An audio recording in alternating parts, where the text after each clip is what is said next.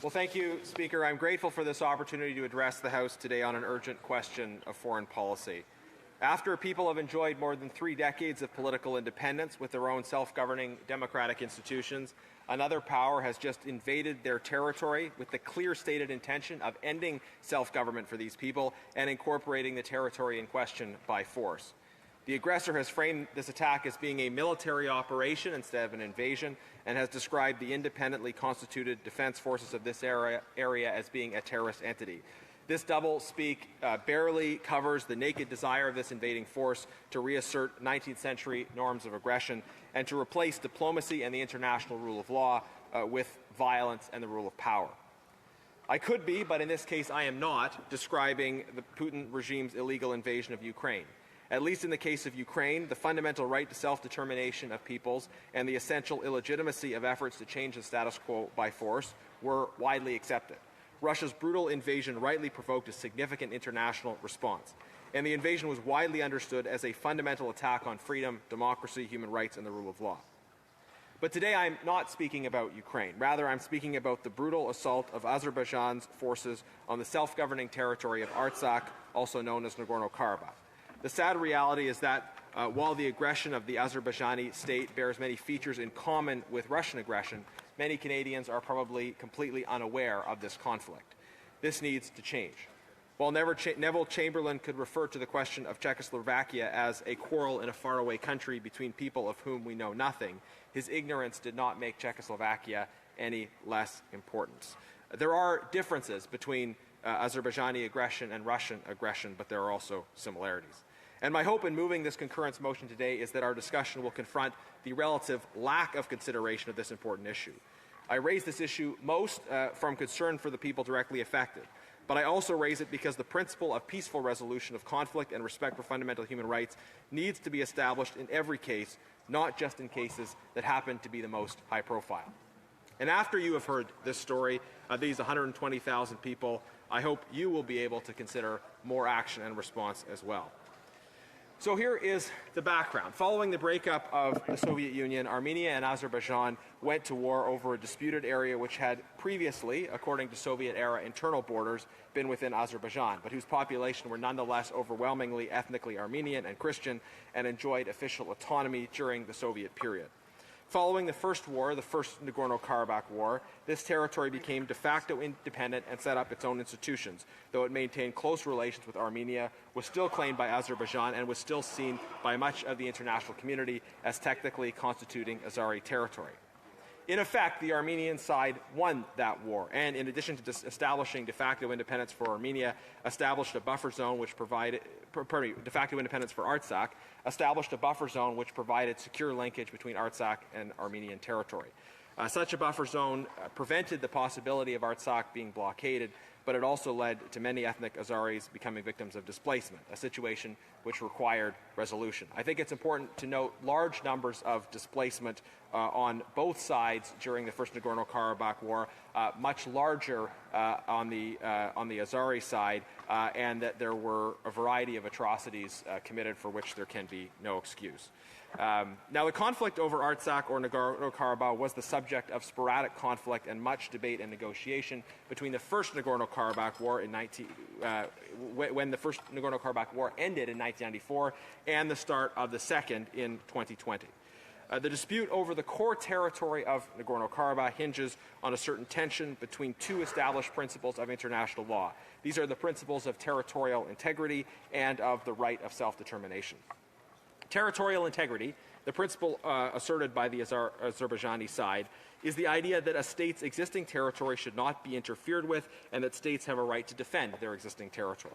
This principle is important for preventing conflict because it establishes that a state cannot militarily intervene in the territory of another state outside of very narrow and specific circumstances. This principle is recognized in the UN Charter.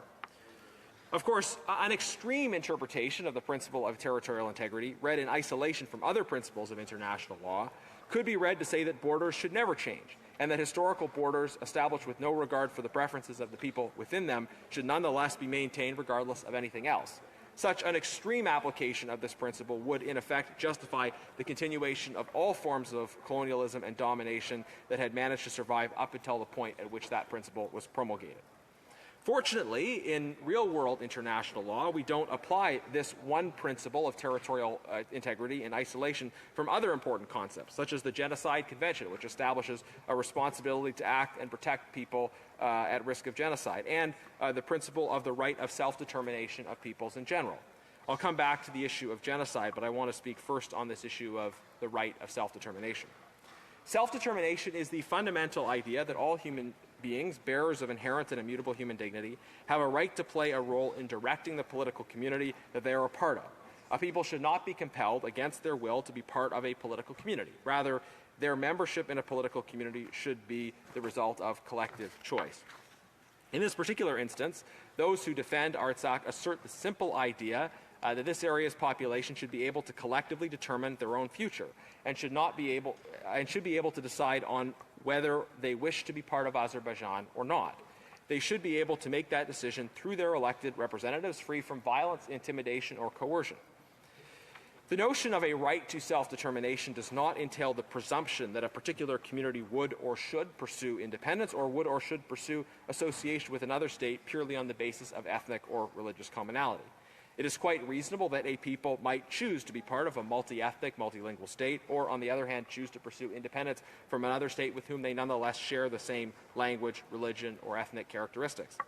The point of self-determination is not that people should draw state boundaries in a certain way or on the basis of certain factors. The point of self-determination is simply that the people affected should be the ones making choices about their own future. And in the case of Artsakh, this means that this region's future should be decided by the people who live there, not by the leaders of Azerbaijan or Russia, not even by the leaders of Armenia or those elsewhere. So over the last 3 decades, the ethnically Armenian people of Artsakh or Nagorno-Karabakh have asserted their right to self-determination up against Azerbaijan's claim that Artsakh or Nagorno-Karabakh ought to be incorporated into Azerbaijan on the basis of the territorial integrity of these Soviet-era borders. This basic tension between territorial integrity and self-determination underlines the overall question, though the question is complicated in a few other ways that reinforce the need for negotiation and dialogue. Undoubtedly, Azerbaijanis who were displaced during the first Nagorno-Karabakh war have a right to self-determination as well, although this issue is now somewhat mute given how borders have changed since 2020. Secondly, Artsakh has had self-governing independent institutions operating for 3 decades, so it is a legitimate question at what point this unrecognized territory can nonetheless start making an argument for territorial integrity in its own right. Artsakh has been a self-governing entity for about as long as many states in Eastern Europe. But moving forward, 2020 brought the second Nagorno-Karabakh war, which this time was won decisively by Azerbaijan. In a ceasefire agreement that ended the war, the buffer territory taken in the first Nagorno-Karabakh was ceded back to Azerbaijan, leaving Artsakh more isolated and strategically vulnerable, but still standing. As I think my description illustrates, Madam Speaker, there are many aspects of this conflict that are legitimately complicated. But there are also aspects of it that are not. Azerbaijan was rightly criticized for starting the second Nagorno-Karabakh war. Although the conflict was an ongoing irritant, there was legitimate hope that a negotiated settlement could have led to an agreement that secured the position of all affected peoples. Instead of pursuing that path, Azerbaijan has launched wars of choice. From at least 2020 onwards, it has been clear that Azerbaijan's authorities are willing to use violence to upend the status quo and pursue their own objectives. At this point, the question is no longer primarily one of self-determination versus territorial integrity. Rather, it is about whether violence should be the means for settling disputes in interstate relations. I think we should all clearly say no to that. We should assert that regardless of the legitimate complexity here, violence should not be the path pursued or the means to seeking resolution. Yet because of a decision that this Liberal government made to resume arms exports to Turkey, Canadian-made weapons played a significant role in Azerbaijan's victory in the Second Nagorno-Karabakh War and potentially played a role in their calculation to use force in the first place. It should deeply grieve Canadians that this government's decision to sell arms to Turkey played a negative role in international peace and security, and I will return to that point later if time allows. The territorial settlement that ended the Second Nagorno-Karabakh War left only one narrow road, the Lachin corridor, linking Artsakh to Armenia. The peace and the access of essential goods to Artsakh via this road was supposed to be guaranteed by Russian peacekeepers. Notwithstanding the circumstances that led to the Second Nagorno-Karabakh War, there should have been the basis at this point for efforts to pursue a long-term settlement that allowed the return of Azeris to the recently transferred territory and that recognized the right of self-determination of the people of Nagorno-Karabakh in their remaining territory.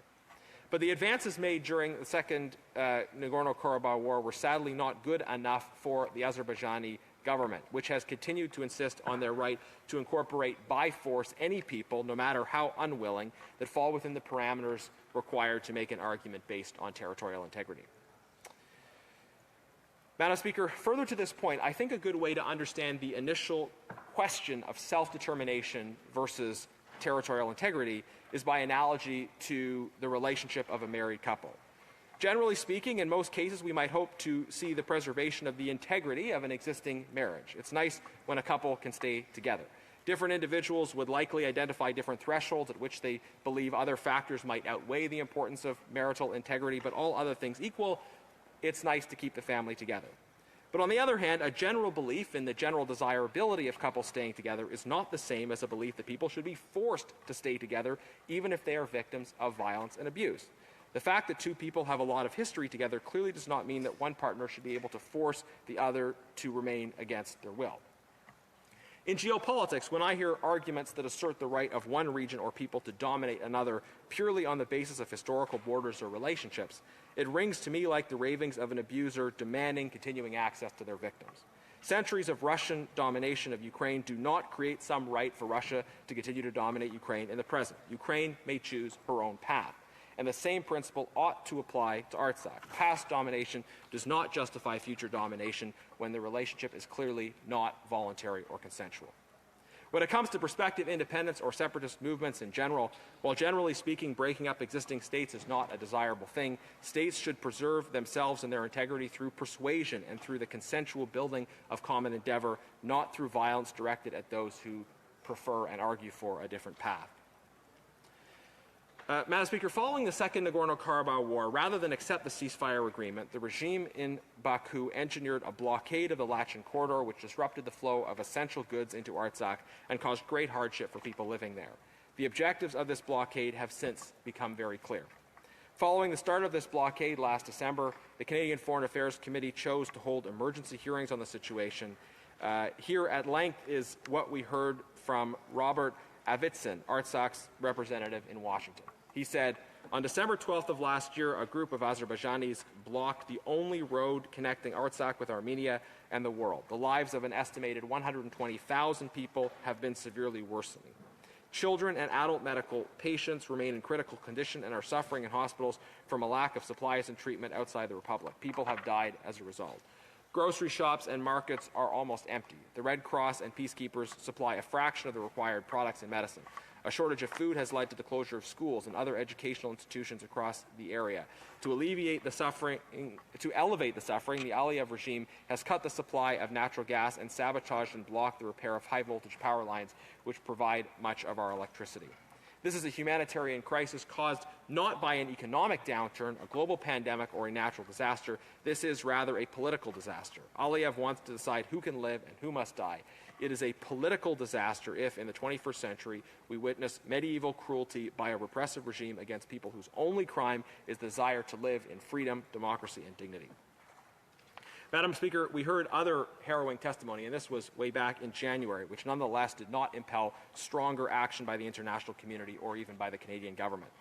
But in response to this testimony, the committee did agree unanimously to adopt the following motion, that the committee report to the House that it calls on the Azerbaijani authorities, in accordance with its obligations as a party to the Trilateral Declaration of November 9, 2020, and following the appeal made by the Government of Canada on December 14, 2022, to reopen the Lachin corridor and guarantee freedom of movement in order to avoid any deterioration in the humanitarian situation. The committee adopted this motion because we understood that what was happening was a grave and unjustified violation of the fundamental rights of the people of the Nagorno-Karabakh region and of the agreement that Azerbaijan had itself signed. Regardless of the conclusions that one comes to about any of the history of the conflict, this blockade was a clear violation of international law and of the ceasefire agreement. Azeri authorities showed no interest in taking their commitment seriously, and Russia showed either an unwillingness or an inability to fulfill their peacekeeping obligations under the agreement. Again, regardless of one's views on the nature and exercise of self-determination, the blockade was a clear violation of fundamental human rights. In terms of how we classify that violation, I think it's important to review the Genocide Convention, to which Canada is a party. The Convention underlines the responsibility of state parties to act to prevent and punish genocide. The Convention defines genocide as any of the following acts committed with the intent to destroy in whole or in part a national, ethnical, racial, or religious group, and of the possible acts, the Convention includes deliberately inflicting on the group conditions of life calculated to bring about its physical destruction in whole or in part. The blockade of the Lachen Corridor created conditions which made the continuation of life as normal impossible in Artsakh, bringing about an increasing exodus from the area. The fact that this relates strongly to the Genocide Convention criteria explains why various experts have raised the flag about genocide in this context. States, regardless of their claims, never have a right to use genocide as a tool to advance their objectives, and other states have a moral and legal responsibility to respond when they do. The House should know that Armenians have been victims of genocide before, a genocide that to this day continues to be denied by the Turkish government. The world's relative ignorance was in fact used by Hitler to justify his own preparations for the Holocaust. By launching this blockade, Azerbaijani authorities sought to and did squeeze the people of Artsakh, with their plans culminating in a full-scale invasion of Nagorno-Karabakh last week, about 9 months after the blockade began. Last week, Azerbaijan declared that they would no longer tolerate the existence of Artsakh's independent institutions on their territory and launched coordinated attacks on security and civilian installations. Essentially, this was to be the final invasion. And without any international support, Artsakh was quickly forced to surrender and begin the process of negotiating their so-called reintegration into Azerbaijan. So it looks as if now it is all over for Artsakh, and now the ethnic Armenians who have long inhabited this territory will no longer be able to choose their own leaders and will be at the mercy of their invaders unless the international community finally steps up. Meanwhile, we continue to hear reports of grievous human rights violations that will likely spawn the further exodus of these Armenians from their homeland. Where has the international community been in response to these events? Where have they been in response to this assault on the idea that people ought to be able to choose how they are governed, that political conflict should be solved peacefully, and that starvation and ethnic cleansing are never acceptable tools for forcing a civilian population into submission? Where has this government been, who initially condemned the blockade but has been largely absent since, and whose statement last week on the invasion was certainly substantially weaker than our allies?